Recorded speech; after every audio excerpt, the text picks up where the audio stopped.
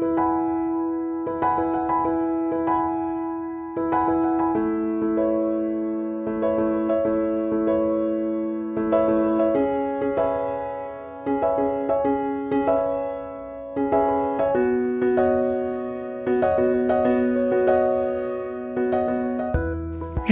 or tell the story.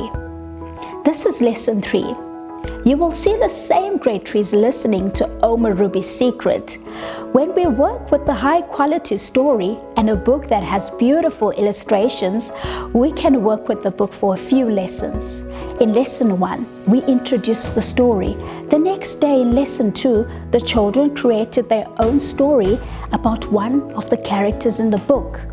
Now today in lesson 3, we will read the same story to the children. It's a long story, okay? And straight after doing this, when the story is fresh in the children's minds and hearts, I will ask questions that will help the children to talk and think about the story. When I read the story, I sometimes add my own words. Or if I come across a hard word, I will use a much easier word.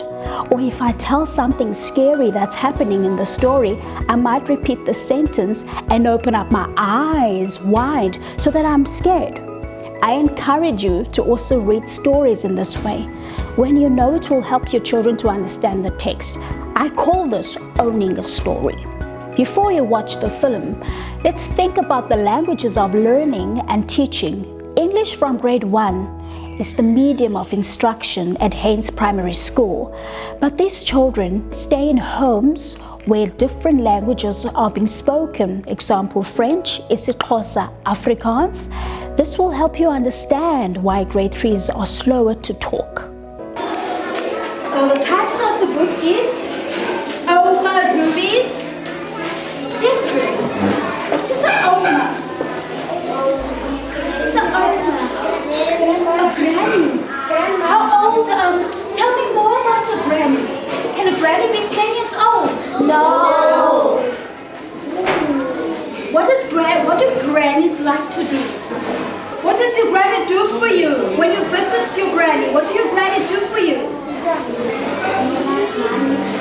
He gives you money. Wow. What do grannies else do? She gives you a present. Who else? She helps you with your homework. Okay, now let's listen. Let's find out. What did this Oma Ruby do? Alright. So in this story, we meet a young boy. A young boy who is named Chris. Chris is the name of the boy. And there's Chris. And Chris loves reading. Do you see that? Chris will go around the house reading everything. What is Chris reading now? What does he have on his hand? Tomato. Oh, okay. Tomato sauce. Okay. So Chris is a young boy that loves reading. Who else loves reading in this class? That's good. And there's Chris. And the other thing about Chris is that he loves his Oma. And the name of his Oma is Oma Ruby. You're right. And every time when it's school holidays, Chris will go and visit his Oma and stay there for school holidays. But it's so far to get to Oma's Ruby's house that he'll probably play bubble gums to get to Oma's Ruby's house. And he loves chewing bubble gum. Can you see that?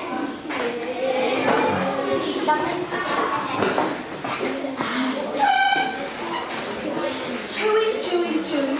And Oma's Ruby's house has mango trees. It's so fun to be at Oma's Ruby's house because there's cousins, there's aunts and uncles that stays there. Can you see that? And there's Oma Ruby.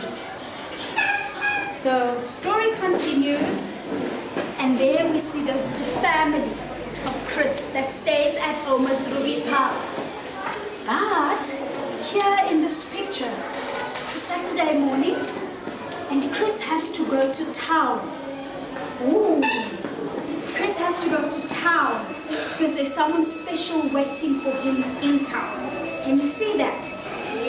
So Chris gets up, he gets himself ready, and he goes and climbs on a bus. Yes, he goes. That's our favorite picture, isn't it? Do you remember this picture? Yes. And he gets to town using the bus. Do you see him standing alone there? Yes. What do you think about that? A young boy standing in town alone. What do you think about that? Would your mother allow you to go to town alone? No. Why? Looking for someone. He's waiting for someone. Ooh, and you? It's dangerous to wait alone in town. I'm also surprised that he even took his bus alone. There wasn't anyone with him. What else could happen to him while he's standing there? They would rob him. And you, what do you think? They could? They could steal him.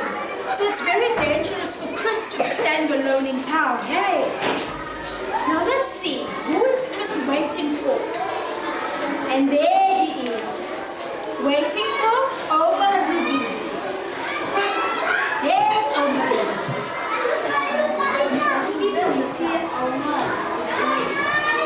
That's the granny that he's waiting for. But I'm going to end the story on that page. Teachers encourage children to be honest and say what they think. What did they like in the story? What didn't they like in the story? And what surprised them in the story? It's important to hear children express their ideas. This is how we learn. Also, CAPS says grade 1, 2 and 3, children must give an opinion on the stories they read and listened to. CAPS asks grade 1s to do this in term 3. When we teach children to think and talk about stories in this way, we are teaching them to read for meaning. When a child can talk about the story she has read, this means she has an understanding of it.